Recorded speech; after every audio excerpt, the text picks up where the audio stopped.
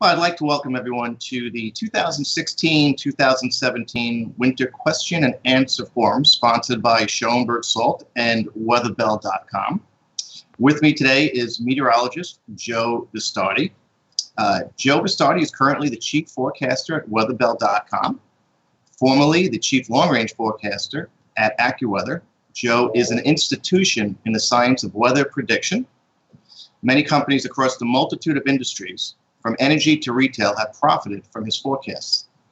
His exceptional skills are rooted in a comprehensive understanding of global oscillations and in-depth analysis of historical weather patterns.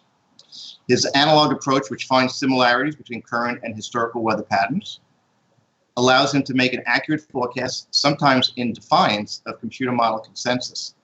Joe's also well known for his blog featuring the popular videos The Atmospheric Avenger and The Raging Weather Bowl, which can be found on weatherbell.com. His reputation for making bold and accurate forecasts has landed him on major television programs, including Fox News Live, ABC World News, The O'Reilly Factor, The Colbert Report, CBS's Early Show, Imus in the Morning, and several others. And Joe, I welcome you. Good afternoon. Well, good afternoon. Thank you for having me. So, Joe, what I want to do today is just basically ask some basic questions that people in my industry, people praying for snow and ice, are looking for answers or some sort of guidance towards this upcoming season. So the first question is, now that we're into August, the question on everyone's mind is, what type of winter can we expect in the Mid-Atlantic and the Northeast? Well, I think the last two winters in a row, we've gotten off to a very warm start, and we're concerned about that. In fact, 3 of the last 4 winters, 2012 was also off to a warm start. And then we saw the main part of winter was January, February, and March. We think we have a chance at that again, a warm start. But the January, February, March, as opposed to last year where we had a couple, we had the real big storm, and anything that was going to fall was either going to be a lot of snow or not much snow at all because of the way the storm tracks were. We think you're looking at many more events, individuals, and perhaps smaller events, of course, but also more widespread cold January, February, and March, more along the lines of what we saw in the winters of 12, 13, 13, 14, 14, 15. And so that January, February, March period looks to be the part of the winter to really hone in on. If we get December, it'll be a bonus, and if we get December, it would be as if we have a chance to have the same kind of things that we had a couple of years ago, even without December. New Jersey, the state of New Jersey, running out of salt. Now, Joe, you talk a lot about solar activity, and I know it's very low at this point in time. And how does that affect even like a La Nina or just the weather in general for this season? I talk a lot about solar activity and sort of trying to counter a lot of the ideas that I see out there. Like there's a little ice age coming and all that. I believe it has some effect. Most notably, for instance, if you understand that the decrease in radiation, you would say, well, okay, that's going to make it colder. Well, not if the oceans are releasing heat in the atmosphere.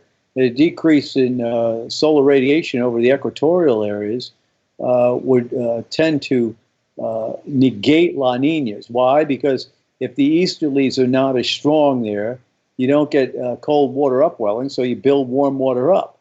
So that would instantly say, oh my gosh, that means an El Nino is coming. Well, what it may mean is a weaker La Nina in this particular case.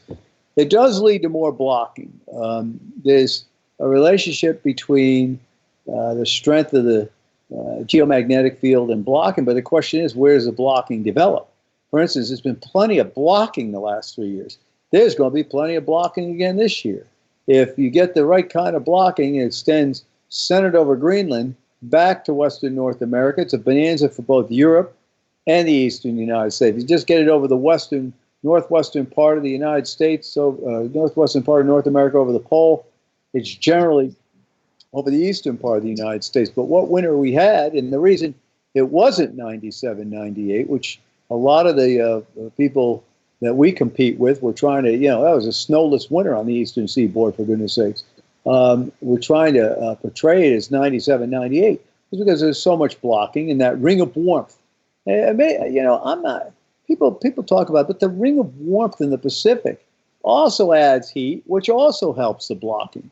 So when you're talking about those things, you can't focus too much on one thing. There's something called the quasi-biennial oscillation, which is shifting to more easterly, which favors more blocking. What we do is we have something called the weather belt pioneer model. No one else has it because Joe DeLeo developed it. So Joe DeLeo is not sharing it. So what happens is that pioneer model takes into account the strength of the solar, the quasi-biennial oscillation, all the 23 different variables that are piled in there, and then comes up with a forecasted 500 millibar and temperature analog, and then we go from there. So it has something to do with it. I just would stress to people that you have to look at the big picture. There's no magic bullets in this thing. There's no, this is it, and then that's it. It's trying to get a matter of all the things that are involved, and then you have to try to weight them. If you weight one too strong and another one not strong enough, then you have a problem. So the amount that the solar contributes is always in question, but it does help out with blocking.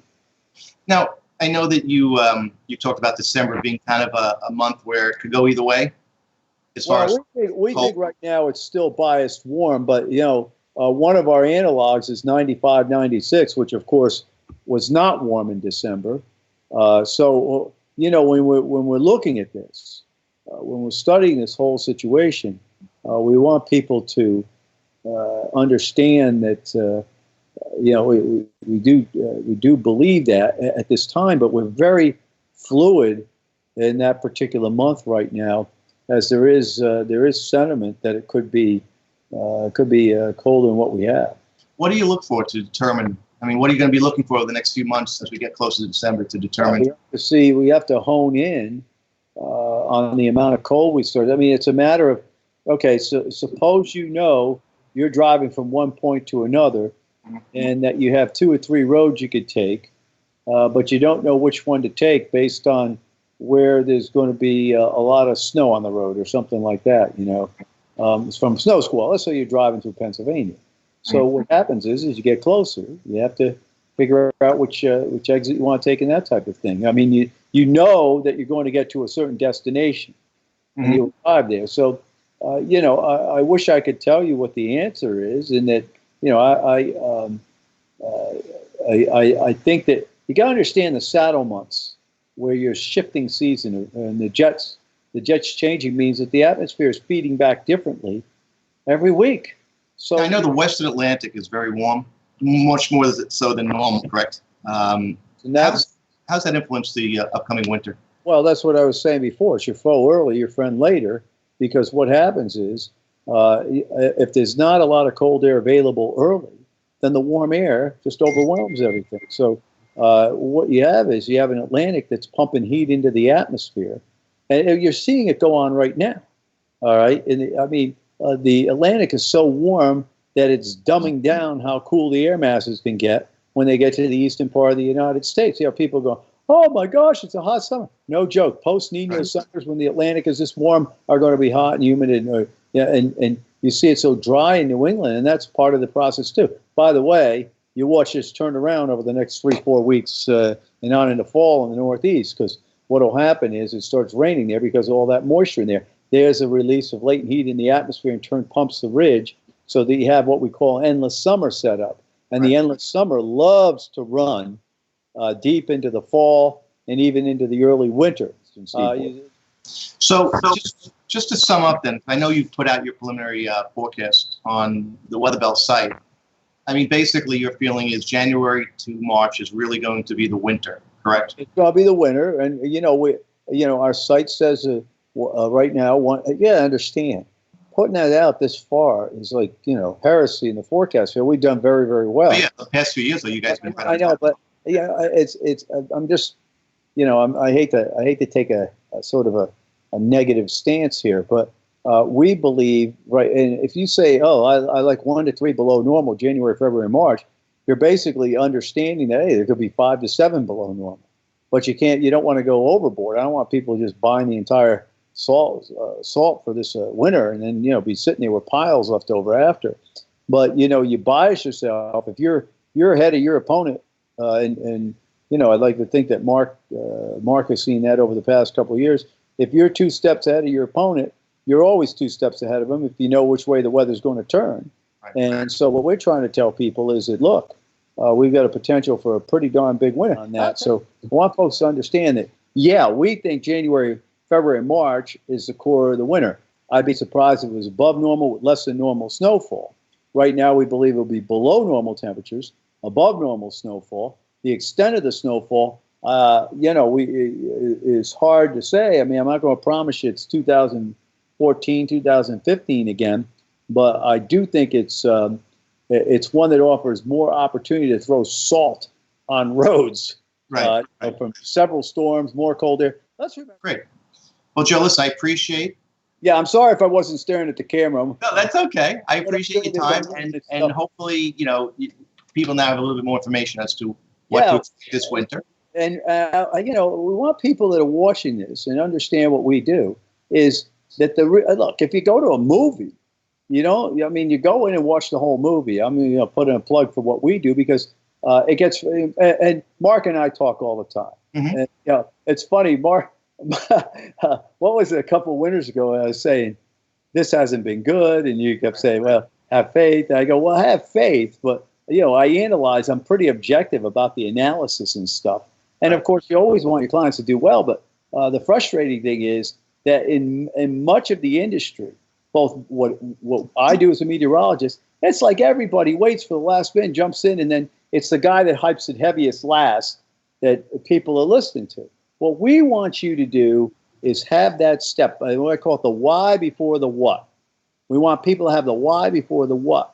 And knowing and understanding that, you will have a better ability to make decisions if you're watching it every day. You start watching the weather every day, and I'd like us to be your source. I mean, I'm to be unashamed about saying that. Mm-hmm. My frustration is that if you're not watching the weather every day, and all of a sudden the snapshot shows up, saying, well, where the heck did this come from? I mean, yeah, it may have been out there for 10 days for you to get ready for it. Something like that.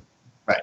Well, again, everybody, Joe is with weatherbell.com, and I recommend everybody go to the site and sign up for the premium membership, which we have.